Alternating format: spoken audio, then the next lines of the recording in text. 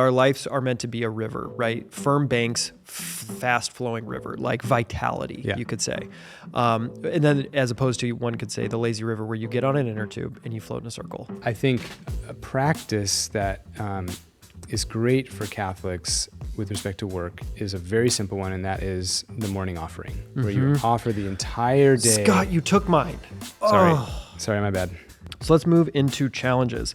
I'm going to bring up the first one that comes to mind for me, that I'm guessing has been there for you, distraction. A perennial temptation. Sorry, were you saying something? Yeah, exactly, right?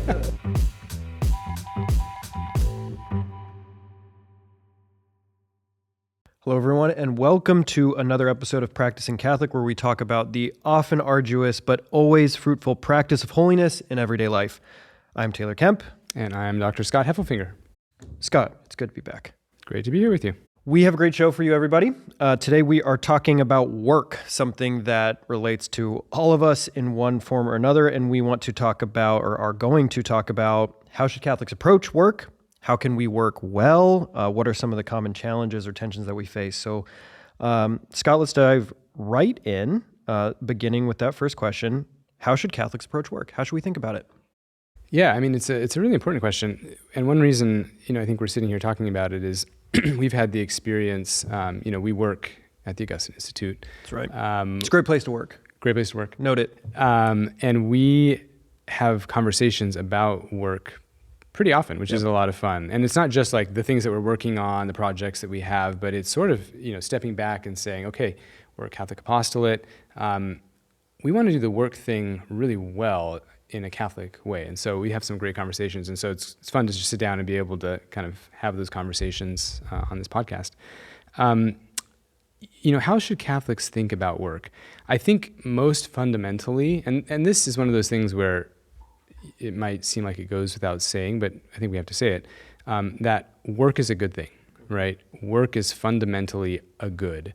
Now, why would we say that? I think because there's always a temptation to see work as not a good, like a sort of work. Necessary, like work. There's work and then there's drudgery, And I think we all probably have experience of those moments. I know there are days I wake up and get to work and it's like, wow, there's just like, this is a lot and it's heavy and it's not my favorite thing to do. Every job has parts that are not, the person's favorite thing to do. So it sort of goes without saying, but we need to say, I think that work is fundamentally good. And, we've talked before about, I think if you just think about the book of Genesis, right? And work is there before the fall, tending to the garden. Which is so important to note. Because, we often hear people focus on the punishment of the fall and the way that relates to laboring by the sweat of man's brow and the difficulty. And thorns and thistles. Yes. The toil dimension does get accentuated there. But the goodness of work is strongly present, from the very beginning. That's part of what it means to be a human being. Yep. And in preparation for this episode, both you and I brushed up on our thinking and reading about work. And one of the most recent documents that's come out of the church was from St. John Paul II. He wrote a document called Laborum Exertions. I think I got it that time. You said it. Nailed it. But he really highlights that in the Genesis narrative, that when God gives the commandment to Adam and Eve, which is, obviously before the fall, to fill the earth and subdue it, that it's in that subdue it that is couched all, like what is contained in that commission by God to subdue the earth, to co-create with him, to work with nature and the things given, that is work. And so there was always this, like, it is part and parcel to being a human being is to work, and that predates the fall. Yeah.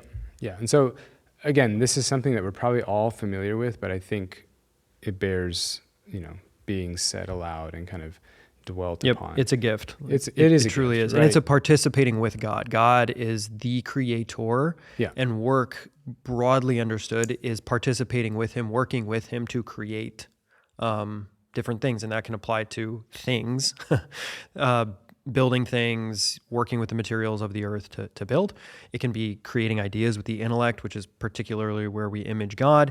It can be the work of forming a human being and educating them. So these are all participations in this creative act of God Yeah, that affects all of us. Yeah, Dante has this great line in the Divine Comedy about work is the grandchild of God. I think that's how it goes, if I got it right.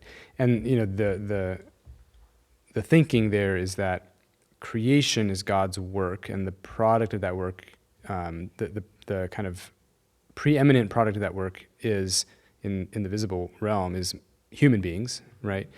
But we also work. Interesting. And our work in that way is the grandchild of God. That's cool. So yeah, kind of a neat way of thinking about it.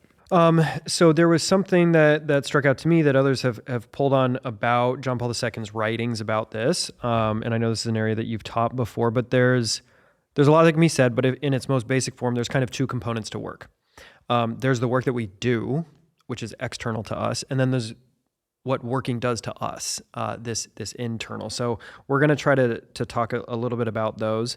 But then moving from that, I guess my main question is, back to the main question. How should Catholics approach work? How should we think about it? And then moving into, okay, and then how do we do it? Yeah. Well, so we started by saying work is good. And I think what John Paul II talks about in Laborem Exertions, this point that you just mentioned, that there's kind of like this twofold dimension or aspect to work. The one that we think about the most is that work produces something in the world. It changes something in the world, right? Manual labor is kind of the preeminent example of that. But even other types of labor do something very similar. So that is a good thing. It goes back to the having dominion over the earth, right? In some ways, we are bringing to a further perfection creation through arts, crafts, skill, all these things. So that is good. We're changing the world for good. Why is work good? Because we're changing the world for good. But there's this other side. Work is also an opportunity to change ourselves for the good. That is, to cultivate within ourselves certain skills, right? Certain techniques and crafts and all of that, so that we learn to do something and to do it well. But then also, and even more importantly, to develop the virtues. All of those great moments at work, all of those challenging moments at work, they are there in God's providence to allow us to develop the virtues. So why is work good? Because work changes the world for good, and because work changes us for good, or at least it's meant to do that, right? Yeah. It also can warp us if we don't do it well. So Yeah, and I think it's important to note those kind of the gift in both ways, right? That God gives us work. It's like a gift to the world, right? Because we're supposed to create things that are bettering society, but that we can never lose sight of that it is a gift to us individually. Yeah. Like you think about, you and I are both married. We think about the married vocation, and part of the married vocation is it comes with the hope that God blesses a family or a married couple with children, but also recognizing that the vocation of marriage is fundamentally for the good of the spouses, the growth and holiness of the spouses, and works the same way. So it's like whatever work we're doing, whatever work anyone out there is doing, it's a gift to you. Yeah. It's an opportunity. It's an arena to grow. In virtue, in holiness, and all of these things. And I think in our last episode, maybe you even were pointing out this idea, this is kind of in my own words, but God doesn't want to just use us to accomplish something or for holiness in the world or something like that. He does work through us. He does use us in a certain sense, but above all, he wants to transform us, right? To love us and have us receive that love. So it is a good for us. Yep. So let's talk about that. So God desires to transform us through work. We can accept that, but then we can face the realities of work. And for us, we've experienced this. For anybody out there that's been working for more than 5 minutes, they have faced the ups and downs of it. They've faced the excitement of a job, or they've been in jobs they love, or they've been in jobs they hate, or they've been in jobs that they've been in for decades. And it's just like this monotonous going. So how can we, with where we started, that work is a gift, it's a fundamentally good thing, that it is this participation in the life of God, but it is also meant to be transformative in us. you could say like beautiful truths, how do those now like trickle down into the reality that we are facing as people that are working, who have mixed relationships, ups and downs? Some of us are following our dreams. Some of us are following the opposite of that, right? Like how do we bring that down into the everyday? Yeah, no, that's great. I mean, the first two things that come to mind, one is, I guess one is a kind of practice and the other is a mindset. So Okay. I think a practice that is great for Catholics with respect to work is a very simple one, and that is the morning offering, where you offer the entire day. Scott, you took mine. Sorry, my bad. All right, Should morning we just offering. We're start aligned, that over? like, but put a 2x on it. But I mean, well, in your experience, how has that been, sort of decisive or transformational? Yeah. Okay. Yeah. I'm glad you're asking because I did have that down. So I would say, I remember when I was becoming Catholic, hearing about the morning offering and being like, that's cool. Never did it for like years. And then go through life, found myself in a workplace. And like you said at the beginning of the episode, right? The question about work, it's often about like, what are we doing? What is our work? But then the question of like, but how do I go about doing that work is just as important. And then there's been many moments in my life where I'm like, I'm not going about this very well, right? Like it's creating internal stress or anxiety or fear or a discontent or like times where you're just kind of unsettled. And I would say more recently, genuinely, adopting a morning offering of just a very simple 10 to 15 second close to the beginning of the day. Lord, thank you for this day. Thank you for what you're calling me to. Please help me. I offer you my day and I offer you my yes. It's a beautiful way to start the day, and things are better with that. So I would say, it's a practice, but it is just as important as a mindset. What is it like when you make that prayer? What are you doing? You're reminding yourself of many deep things. One, your life is a gift, and the work that God is calling you to, whatever it is, like glorious, great work or very mundane work. Lord, this is a gift for me, and I ask for your help. I offer it to you, and I ask for your help. That is so powerful. So right now, I'm in a good practice of doing that. Has not always been the case, and so I think it is. I for the exact same reasons that I think you did. Was like, that's a great place to start. If you're wondering, how do I sanctify my work? How do I offer it to God? By simply offering it to God, you're accepting it, you're receiving it as gift and giving it back to him. Yeah. I like that you just make up your own wording, it sounds like. It's a sort of spontaneous prayer. It's probably good Emily, and bad things about that. I was going to ask Emily, can you look up for us the traditional morning offering? Because I don't pray the traditional one. I pray the kids' morning offering because I taught it to my kids. And one thing I found in my life is, as a theologian, I can overcomplicate things and get way too sort of lofty. And so my spirituality has, in its better moments, in many ways, has tended towards being a little simpler, a little more childlike. That's kind of like my personal balance for my vocation as a theologian. And so when I learned the children's morning offering to teach my children, I was like, this is perfect for me. So that's the wording that I use. But Emily, do you have maybe you can read for us the traditional one. Okay. Let's see if I read this one or if I accidentally do what my morning offering is, but both good. Okay. I'm sure both good. Oh, Jesus, through the Immaculate Heart of Mary, I offer you my prayers, works, joys, and sufferings of this day, for all the intentions of your Sacred Heart, in union with the holy sacrifice of the Mass throughout the world, for the salvation of souls, the reparation of sins, the reunion of all Christians, and in particular for the intentions of the Holy Father this month. Amen. Yeah. This is what the USCCB says. Yeah. Great. No, that's perfect. So that one is a little longer. It's very comprehensive, and I think it's beautiful. I know a lot of people who pray that. Yours is more spontaneous. Mine is very short. And I'm kind of dwelling on this because sometimes we hear like, oh, there's this practice of the morning offering. And for our listeners and viewers, I don't want them to think like, oh, there's some complicated ritual. Mine is literally, I roll out of bed, I'm on my knees, I say, it's probably like 15 seconds. I try to mentally like commit myself get to there. it. The cutest thing is when my littlest Micah, he's 4, he'll sometimes run into the room early or something. And when he sees me get down on my knees, he'll like get down on his knees next to me.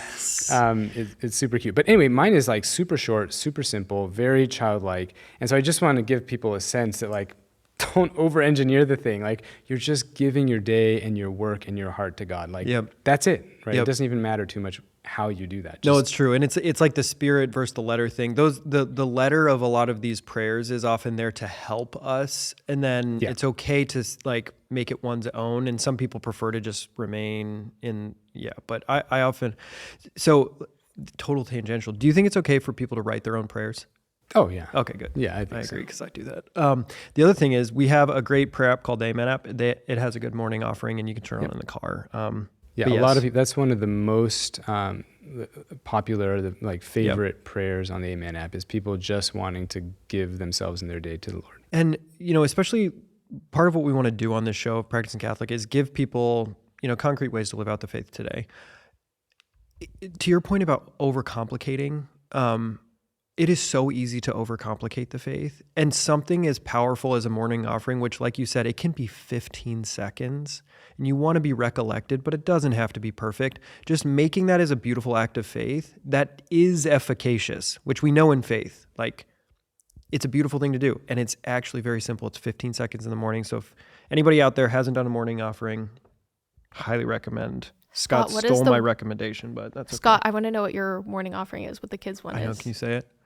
Now I'm under pressure. I know. Dear Jesus, I give you my day and everything in it. Please keep me close to you, your Mother Mary, and my guardian angel as I live this day for your glory. Amen. It's beautiful. I love it. I love it. Alrighty. Can I go back to the mindset? Yes. That's a practice. A mindset, I think, is, and you kind of hinted at this earlier, Taylor, like cultivating a mindset that actively remembers that God's providence is real, and that whatever comes up at work is meant for our good. It's when we say it's an opportunity, we don't just mean like it's an opportunity for good, like in some vague way. Like it is literally and concretely an opportunity. Whether that's something, stuff comes up sometimes at work, and you're kind of like, wow, I've got to deal with this all of a sudden. But that's right where God wants us and right where he is and waiting for us. And that is such a powerful mindset. You and I are both fans of another podcast called Optimal Work, where they do a lot of this thinking, and it's been really helpful for me. I know you've enjoyed it too. But the power of taking a challenging conversation you have to have at work, something not going the way you thought it was going to go, unrealistic expectations. Like I am leaning more towards on things that are probably more likely to elicit a negative response from us because that's when we need it. But looking at that and saying like, God willed this and there's something in it in which my good is going to grow. Yeah. And when you can do that, which is hard, it actually is difficult to adopt this mindset regularly because we naturally will tend toward other ways of thinking, selfish ways of thinking, victim ways of thinking, like whatever. Like we can respond in so many ways. But if we can take that second to say, okay, there is a good for me in this, especially if it's a negative thing or it's a challenging thing, it changes the way you look at everything. Like if you look at, oh gosh, I have to make this presentation. I wasn't given enough heads up. I'm a little nervous about it. I don't like doing this kind of thing. I'm not able to get my presentation where I want it to be. Okay, God is inviting me into this space of doing something that can have value. Hopefully you're presenting something that you can get behind and be like, there's a value in what I've been doing or presenting or telling. How can I use this as an opportunity to grow in my ability to be flexible and still do something well, even though it doesn't have all the preconditions that I desired? Or, man, this person is not responding the way I want and I need to go talk to him and this is really stressful and I don't want to create friction. It's like, okay, how can I, combine charity, a love for what we're discussing about, a love for this person and give, whatever it is, criticism or address this thing. Like these are opportunities of growth. It does make it easier in a sense, because I do think shifting the mindset it removes some of the fear and the anxiety and it does unlock something for us. It'll still be difficult, but that is extremely freeing. And I think that that is part and parcel with understanding work, that God designs, he ordains, his providence guides our life in such a way that everything we're facing can be for our good. And the question is, how do we be recollected or reflective to try to notice that and approach it in the same way? Cooperate with God's grace in that way. It's so Like that has been so helpful to me. Yeah, and I just want to jump in. I can imagine maybe somebody listening and thinking that, does this mean, right, that like I'm locked into a job because this is where God's providence has me and there's some good for me here? Are you saying, right, that I should never endure forever? Yeah. And, that's not what we're saying. One of the goods that could come about is an awareness like, maybe this isn't the place for me long term or whatever it is, right? So we're not saying you're sort of locked into a job, but even if that's like what you file away, like, gosh, maybe this lack of peace that I have, this fairly constant frustration, like maybe this isn't for me. Like that's a good, but to realize it as a good doesn't legitimate sort of like being a jerk, because of that, it's twofold. It's like, I can work through this with God's grace in a kind of graceful and charitable way. And I can mentally note like, maybe this is not the place for me. 6 months down the road, a year down the road, 2 weeks from now, whatever it is, right? So we're not trying to say you're locked in just because it's God's providential, work that you're there. Yep. Nope. I think that's a great call out. So I want to move into, we've moved into this like, well, how do we work well? As Catholics, work is a good thing. We want to do a good job. We want to bring all that God has given us to bear in the most effective way possible. Some kind of techniques and skills. I want to talk a little bit about like, what are some common challenges that we will face in the workplace? Before that, though, were there any other skills, techniques you wanted to add or fodder for that? Okay. So let's move into challenges. I'm going to bring up the first one that comes to mind for me that I'm guessing has been there for you, distraction. Yeah. A perennial temptation. Sorry, were you saying something? Yeah, exactly, right? Like, feels like me at Mass later today. Like, I'm like, Lord, I'm sorry. Distraction at work. What can we do? How should we think about it? Yeah, well, distraction can have a lot of reasons, I think, behind it. I mean, we're all familiar with just the pull on our attention from so many different directions. So I think what I would say, and this is something we'll have to like kind of unpack, I think, in another episode, but there are two sides. We kind of mentioned these before, two ways of coming at this, I think. One is from the side of skills, right? There are certain skills and practices we can develop to combat distraction. I think the times when we are most likely to get distracted, or some of those times, are when we're uncertain of the next step to take, right? And there's a lack of clarity about what comes next.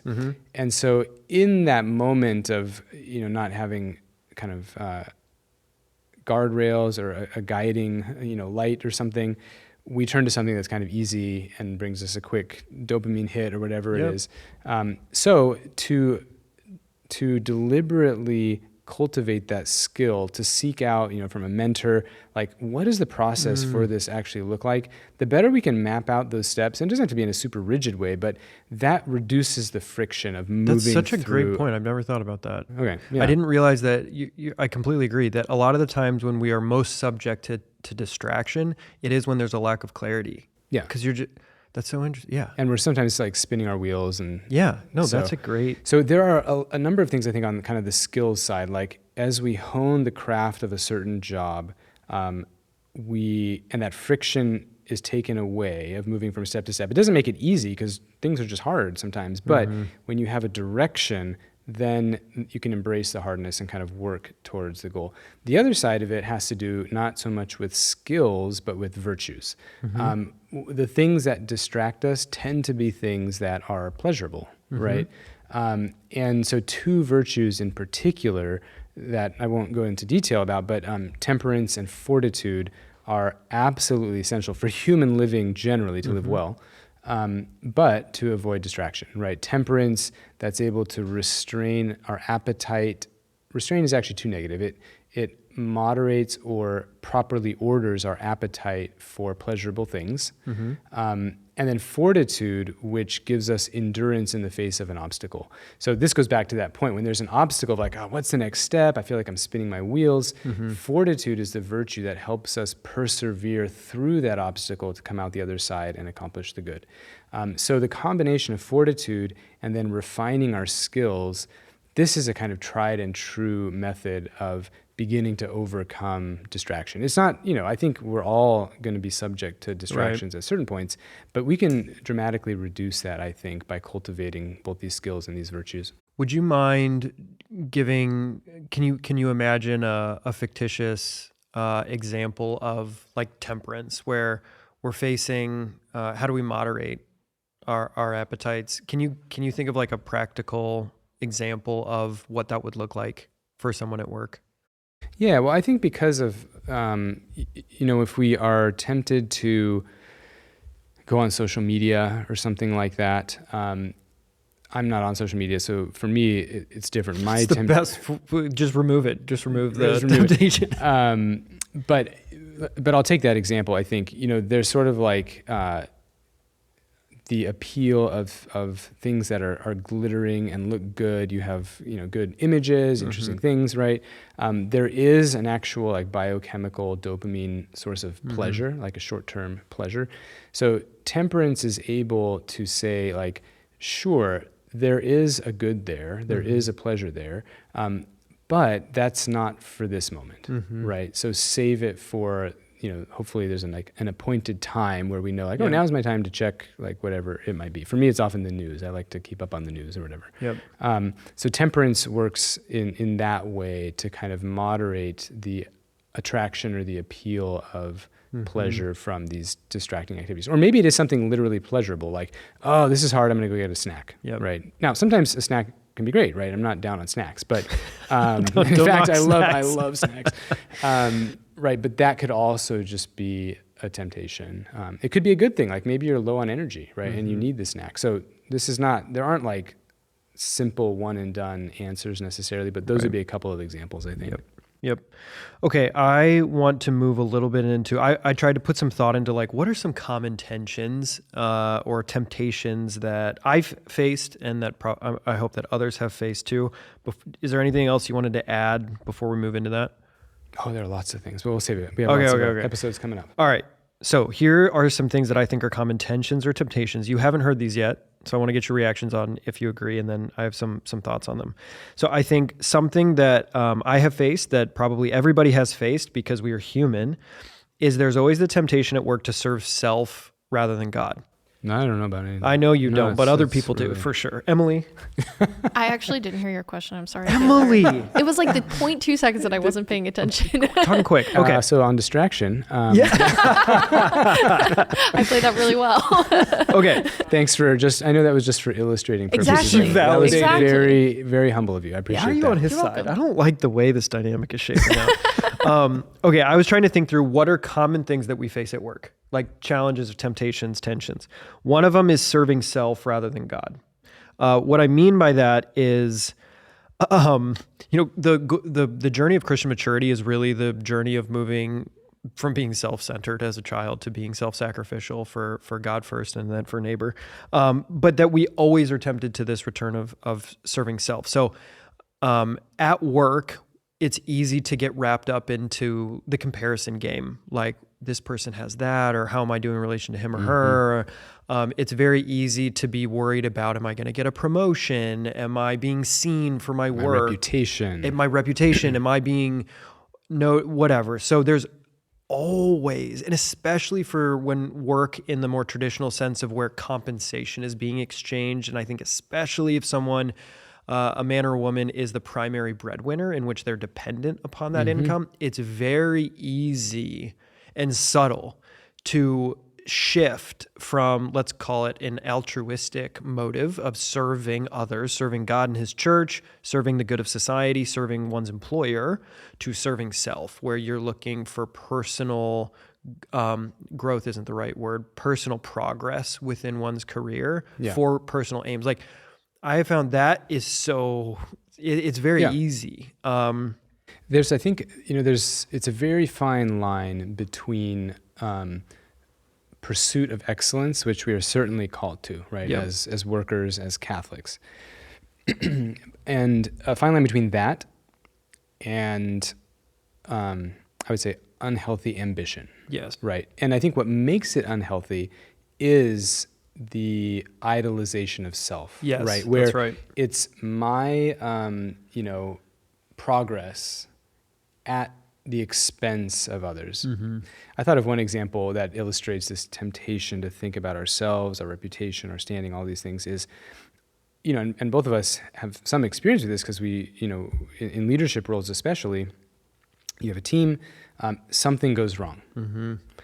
And for me, it's a moment of awareness and humility and, and challenge to be able to, in some way, own when something goes wrong, right? That is because it might not be my direct doing, but at some level I'm responsible. And instead of just sort of throwing somebody else under the bus, right? To be able to say, you know what, I could have done more there. And even if it is someone else, right? I could have done more to support this person, and I'm just going to own that and apologize and, show how I'm going to improve. Right? And the temptation is like, oh, I'm going to be punished for this. Oh, I'm going to be looked down on. Oh, I'm going to be this. And we have to, so I think that's a perennial challenge, temptation for human beings, but especially for in work, I think it is. And I thought, what are the symptoms of this? What are the signs that this is creeping up? This kind of idolization of self, this serving self rather than God and others. And it is comparison. I think when we get into that mind space of we're like, well, this person over there got this, or they're doing this, but I'm doing this. Like when we get to this very comparison-based headspace, it's like always a bad sign.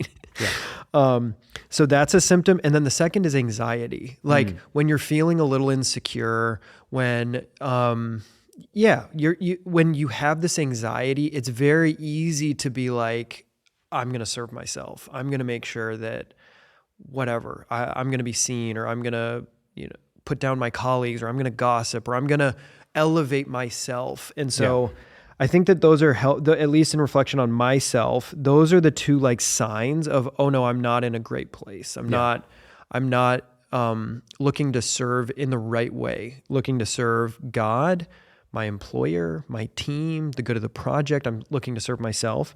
And I said, what's a good counter action? It's the daily offering. It's offering to God. And I have found that when I've gotten into these spaces where I'm looking out for me more, right? And I'm insecure, I'm self-conscious, I'm worried. One of the best things that I can do, daily offering is a very good one, is actually pray specifically. I will say, Lord, I'll state what I'm afraid of in prayer. I'm like, Lord, I'm worried that this person is being viewed ahead of me. I'm worried that my reputation is being hurt. I'm worried that, that this person's failure is going to be handed off to me. I'm worried about. And I'll say, I accept that, even if that comes to pass, and I surrender it to you. That is so powerful. Yeah. I didn't come up with that. Someone else did. I don't remember where it came from, but that is one of the most, it's so powerful to be able to I have a fear. Lord, here it is. I surrender that to you. Even if this, I remember there's been times I've prayed Lord, I need to do this thing, or I did this thing and I'm worried about the outcome. If it makes me lose my job, I accept that and I trust you. I might still say that with fear and trembling. Yeah. But the act of saying it has always been powerful. So, okay, that's the first one. Anything you want to add to that? I've got two more, so. You got two more? I got two more, but I'm going to go faster. Go. Okay. Second one is what I'm calling ideals and collaboration, because we strive for excellence. We're meant to strive for excellence. That's an ideal, which is good. Now, work is often social. We're working with others. And what happens for any of us that have been working with others is it's often messy, right? Your ideals as you see them are often not met. And so you have to integrate constantly. And so there's this tension between I want to do excellent work and then collaboration. And I think that the symptom of that is holding grudges or not being able to let things go as it relates to a group endeavor. And that the counter action to that is it is worth taking to even just reflection, but also prayer, most specifically. What are you in control of? What are you truly tasked with? And then what is not under your control? And then let it go. Yeah. I think also in collaboration, if there's, a person or a couple of people who, we are finding difficult to work with or something, is to redouble our efforts to love that person in concrete ways. So trying to thank them more, right? Yep. trying to even sort of like compliment the parts of their work that, truly merit compliments in front of other people, right? Drawing attention. Those are ways I found where the more I can do that, kind of usually quickly diffuses some of these like, holding the grudge, being upset and all that. Yep, I agree. Okay, and the last one is, I said the lazy river. What I mean by that is, yeah, you know exactly what I'm talking about. So our lives, this imagery actually came from St. John Henry Newman, but our lives are meant to be a river, right? Firm banks, fast flowing river, like vitality, you could say. And then as opposed to, one could say the lazy river, where you get on an inner tube and you float in a circle at a very moderate pace in lukewarm water. Like, well, that has its place in life. It has its place, sure. But I think that in work we can fall into that. Like, we hop on our inner tube. This is another way of saying this, is going through the motions. You hop on your inner tube and you float in a circle and you go about the same thing over and over and over and over. And that's not what work is meant to be. We're meant to have this kind of vital energy to the thing. And I think that the symptom of this is just discouragement, laziness, just kind of like lukewarmness about work and life to that. So do you agree with, do you think that is yeah. So, and I think that my prescription of how to get out of that is a little bit more involved. I think it's always good when we get into this like very routine-based but lukewarm state of doing things. I think it is very helpful to ask the question, to back up. We always need to kind of lift our gaze from life and ask, what does thriving look for me like right now in this state of life? Like, create a picture. Okay, whatever it is you're doing, maybe you are in a little bit of a routine job or state in life. Well, what would it look like? Like, ask yourself the question, what would it look like? Take that to God. Lord, what do you think about this? Like, what do you think about this vision? What do you think about this? Take it to God, dialogue, and then create some actionable steps. Because at least in my experience, when I've fallen into these routines, like ruts a little bit, going through the motions, it is so helpful to take a step back and be like, if I took my life at what it is, what I've got going on, what would it look like if I was like fully alive and bringing forth all that I am to bear in a productive way for good reasons? That creating an image is very helpful. And then you can say like, okay, what is a step towards that? And it's amazing how much those little steps can actually make a big difference. Yeah. Anything That's good. to add? So what were those three again? The first one, I forgot the name of that one. Do you mean the big points? Well, you had ideal collaboration, the lazy serving river. self over God. Oh yeah, serving self over God. Okay. Serving self over God, ideals and collaboration, and then lukewarmness, the lazy river. Yeah. I think those are like, I've been in all of those in different states, and I think they're perennial temptations. Anything you want to add? Or from our delightful producer, Emily? I'm ready to have some questions answered. Okay. if you Emily's guys trying to keep We're running us a little going. short on time, but and some of these might be full episodes in themselves, but Maybe we'll we'll just call it out if give it it a is. call it out. We Yeah. can put it in the parking lot if we need to. okay. So this was asked by someone specifically in regard to working for the church. So like in a parish or an apostolate, but I think it's relevant to a lot of people. If our work is a calling, how do I have a good work-life balance, balancing our vocation to work and vocation in our families? I think that is an episode.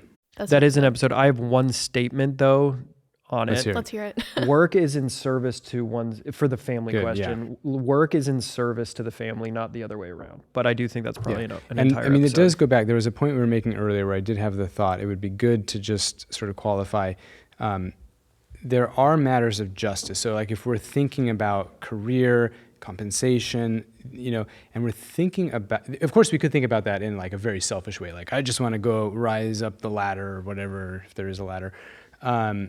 But there is a way in justice of thinking about in relation to our family, right? So if we seek our private good, which is just about my selfish desires, that can be a kind of unhealthy ambition. But the good of the family is a common good. So it is right and just to be concerned about compensation in order to adequately support one's family. So, for me, this is, there's a healthy tension here because there's sometimes, every year I do some work or like speaking things pro bono. It's just a service for the church. I love doing that. I'm happy to do that. But a lot of those a lot of those services take me away from my family. Sometimes there's travel involved. And that wouldn't be just to my family, to have my time, my travel, and to have there never be compensation for that. So there's kind of like this tension between, I want to have this be a gift of talent for the church, right?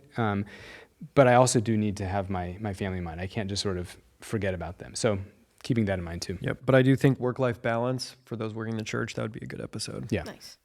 Okay, next question. If working is a part of being a human being, how does that manifest itself for people who are retired? That's I have a thoughts good on this. Question. That also one would be- begins with a hot take, though. Okay, yeah, go. People shouldn't retire. Nuance. Work never ends, but you have to expand one's understanding of work. So even when someone retires, like, I think it's not a good thing for someone to envision their retired life as a complete and unequivocal turn to leisure. There is, I think, for the whole of life, there is meant to be this balance of work and leisure.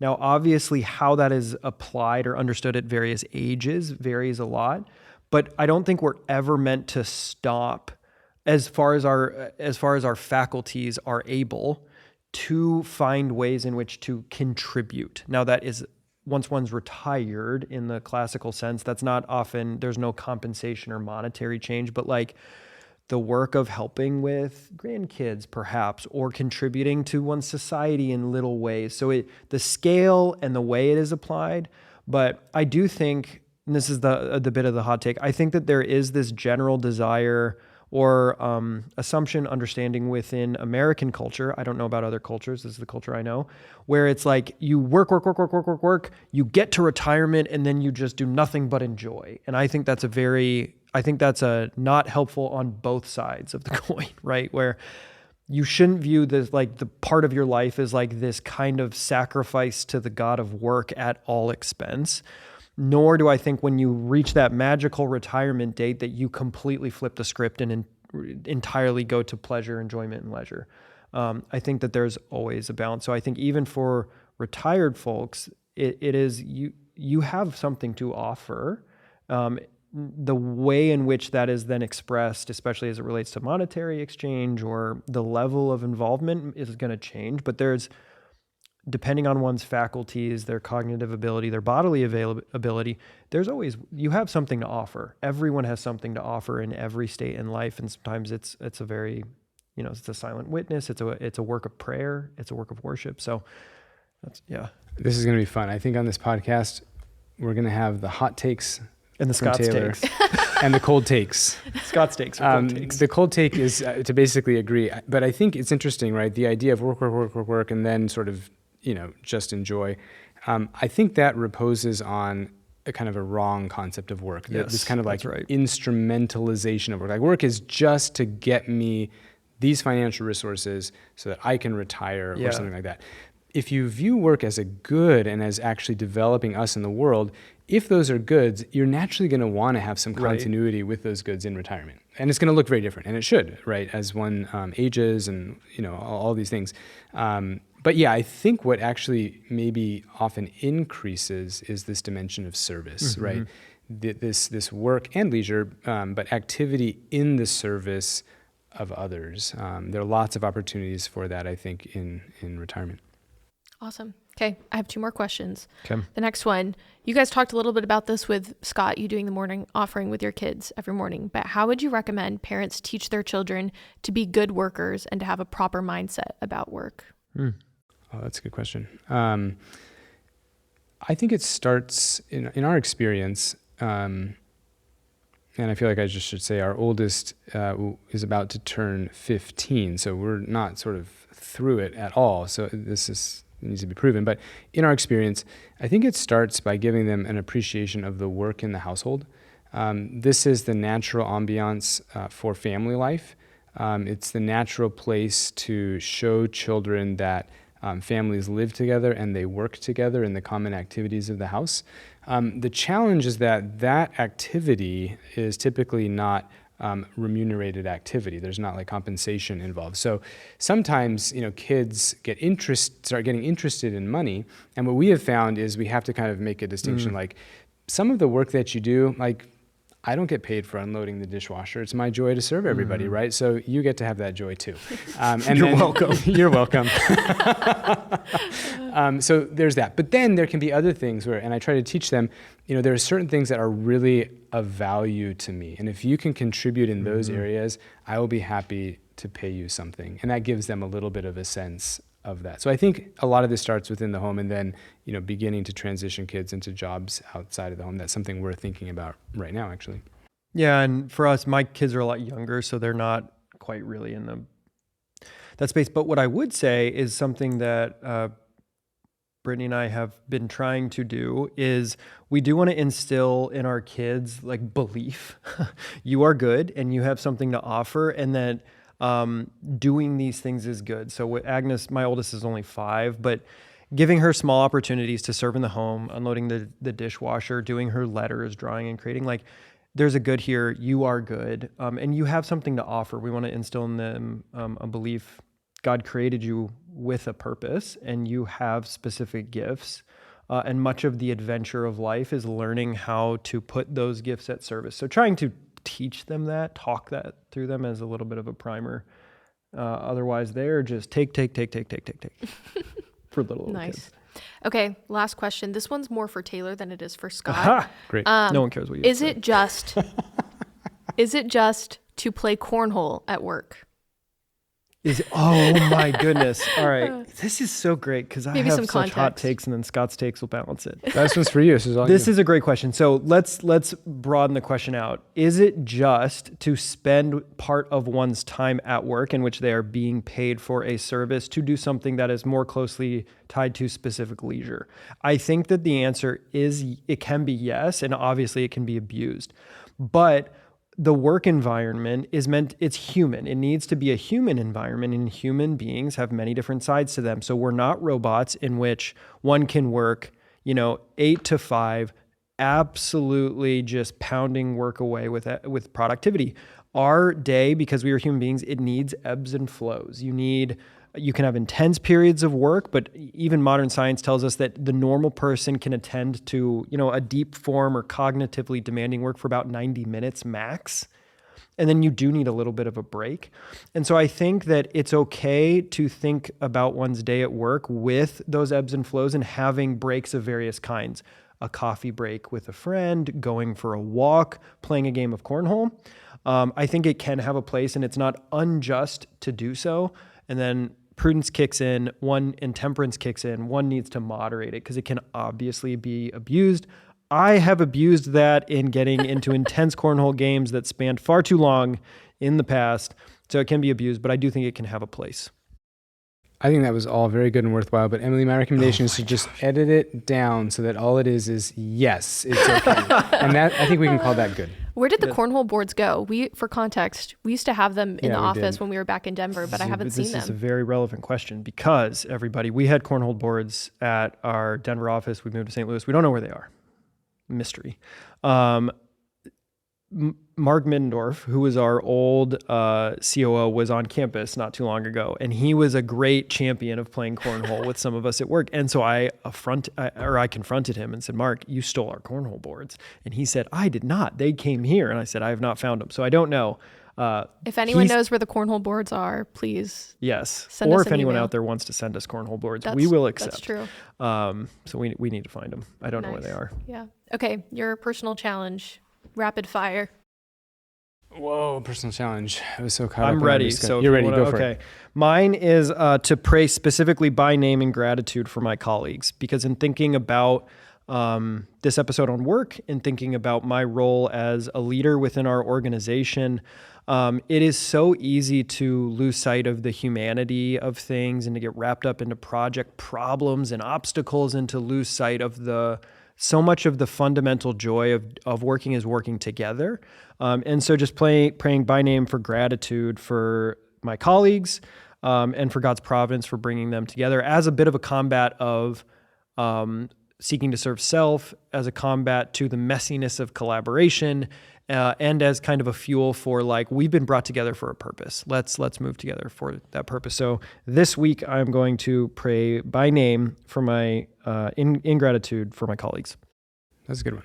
Thank you. Okay, this is a very busy season as we get things up and running here at the new campus, and lots of things going on. And with so many things going on, I'm going to make it my task this week, my personal challenge, to find the joyful bits and parts of each of those things as much as I can. In the face of many, many things going on. That means lots of opportunities to find great goods and lots of joy. So I'm going to commit myself to finding the joy in the multiplicity of things. I like it. Emily, do you have one? I know, Great I'm putting you on the question. spot here. Whoa, now I have a challenge. I know. The show's evolving. Okay, As we go. as Scott said, very busy time getting things up and running here on this campus.